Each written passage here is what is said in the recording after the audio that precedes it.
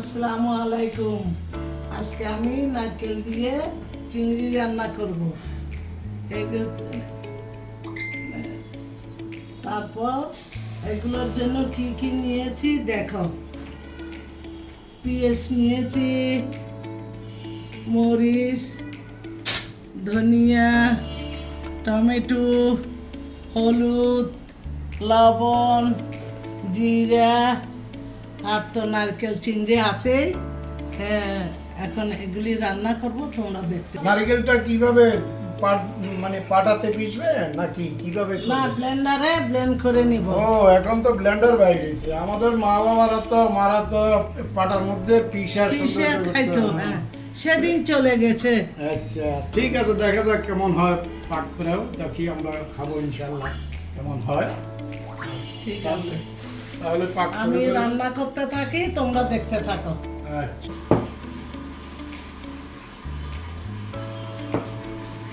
ঠিক আছে, একটু পানি দিচ্ছি।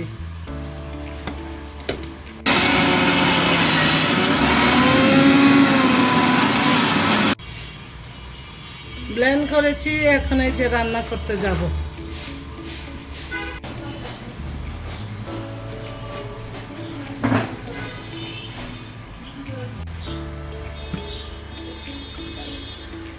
সয়াবিন তেল দিয়ে নিলাম, এখন পেঁয়াজ দেব,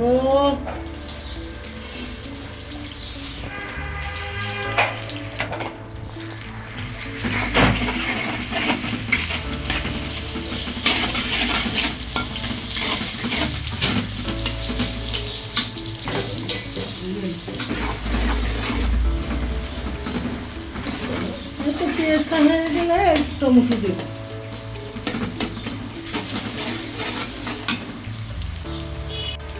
একটু আদা বাটা, রসুন বাটা,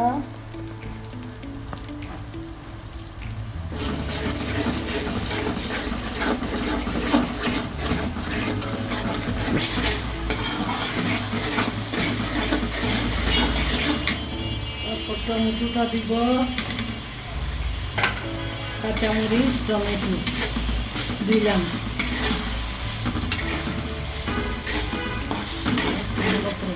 ভালো করে কষানো হলে তারপরে একটু পানি দিই।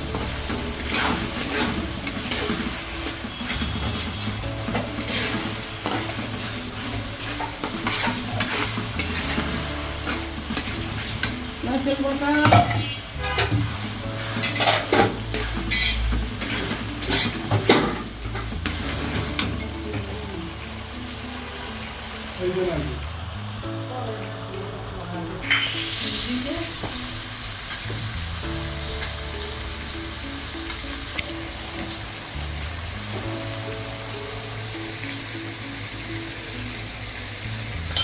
হলুদ দিলাম, একটু লবণ দিলাম,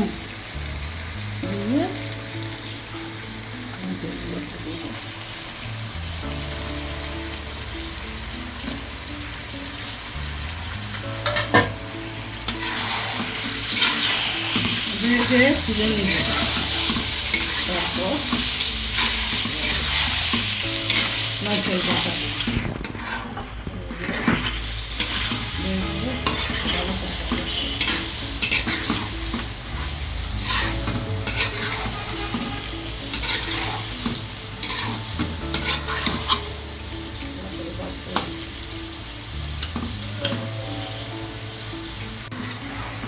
চিংড়িটাকে ভালো করে ভেজে নিব। তারপর মশলা দিব, সব প্রথমে নারকেল বাটা দিব। দেখো তোমরা, একটু দেখে থাক, একটু আগে কষাইয়ে তারপর উঠে রাখতে হবে। চিংড়িটা লাল লাল হয়ে গেছে, উঠে নিচ্ছি, ভালো করে গেছে। কড়াবাজি করতে হবে। রান্না হচ্ছে তো, এগুলো রান্না দিতে কড়াবাজি করতে হবে।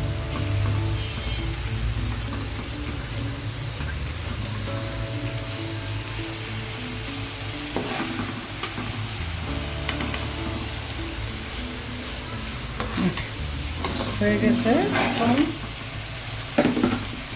এখন মশলা, এটা হলুদ দিলাম, জিরার গুঁড়া দিলাম, ধনিয়া গুঁড়া, মরিচ, লবণ, স্বাদ মতো লবণ,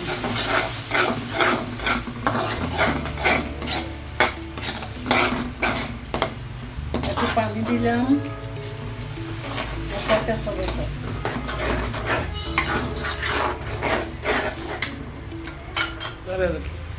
এবার নারকেল বাটা দিব,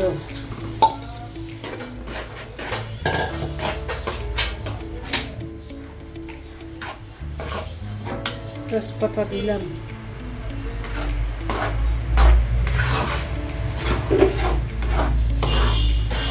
ভালো করে কষাতে হবে।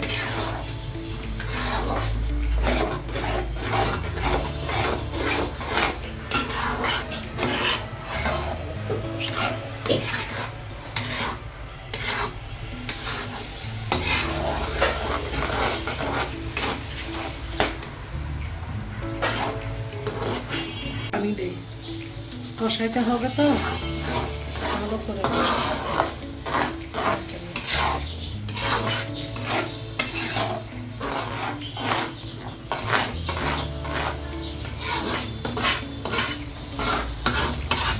একটু পাতলা ঘন হয়ে গেছে, আর একটু পাতলা করার জন্য পানি দিচ্ছি।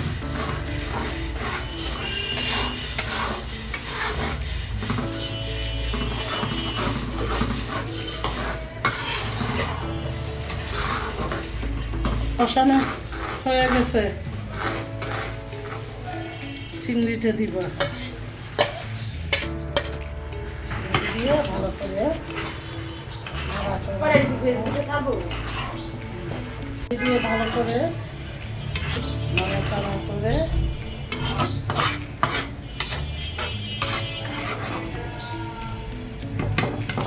চিনি দিব,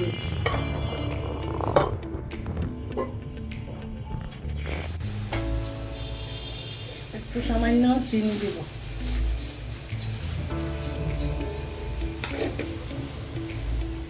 এবার লাগানো দিব, একদম বুনো বুনো ভাজা ভাজা করে ফেলবো।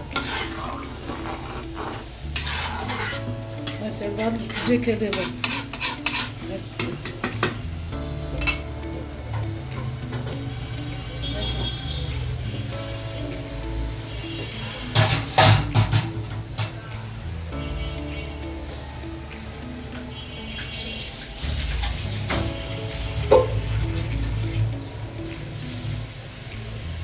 রেখে দিন,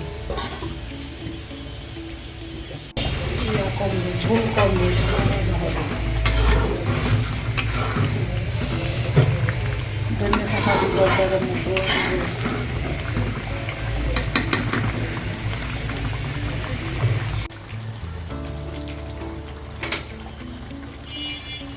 একটু গরম মশলা দিলাম,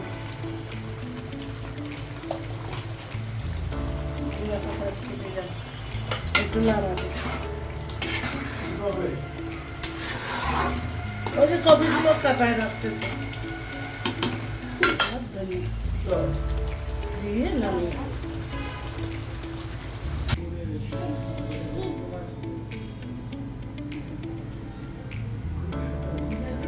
এবার পরিবেশন করতেছি।